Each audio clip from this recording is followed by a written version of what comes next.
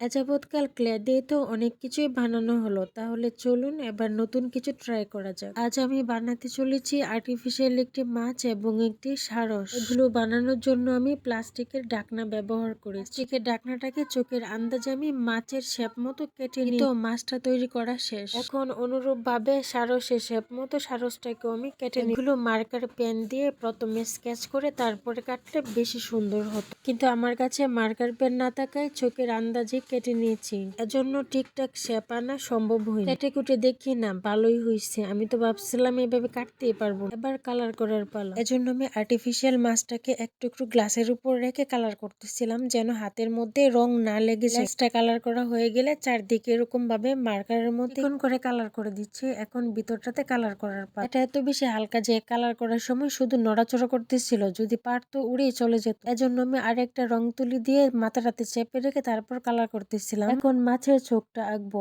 আসলে আমার আর্ট তেমন ভালো হয় না। আমি হ্যান্ডক্রাফটের কাজ টুকটাক পারলেও আর্ট একদমই পারি না। দেখতেছিলাম কোথায় কি বাকি আছে। এই তো আমার ফিশ রেডি। এবার হচ্ছে সারস কালার করার পালা। সাধারণত সারস দেখতে যেমন হয়, এই আর্টিফিশিয়াল সারসটাতেও আমি এরকম ফুটিয়ে তোলারই চেষ্টা করি। ফিশের মতো রংধনু 7 রং ব্যবহার করি। সারসের পা, ডানা এবং মাথার উপর যে অল্প কয়েকটা চুল কালো থাকে না, ওইটা আমি কালো রেখেছি। চুলগুলা লাল করে দিয়েছি। এই তো আমার রেডি। এখন এগুলোকে রোদে শুকাতে দিব। শীতকাল হলেও আজকে রোদটা বেশ কড়াই ছিল। এদিকে বারবার দেখতেছিলাম রংটা শুকাইছে কিনা। আর এই লাভ মার্কা টপটা আমি কুড়িয়ে পেয়েছিলাম, তখন থেকে সযত্নে রেখে দিয়েছিলাম, যদি কোনো কাজে লাগে লাগাবো। আজ ফাইনালি কাজে লেগে গেল। এখন এই টপটাকে ক্লে দিয়ে ফিল আপ করে এর উপর আমি আর্টিফিশিয়াল সারস আর মাছটাকে গুজে রেখে দিয়েছি। টবের মাঝখানে জায়গাটা কেমন যেন ফাঁকা ফাঁকা লাগতেছিল, তাই একটা হাঁস বানিয়ে সারস আর মাছের মাঝখানে বসিয়ে দিয়েছি। আরে বেচারা মাছ, সে সারস আর হাঁসের শিকার হয়ে গেল।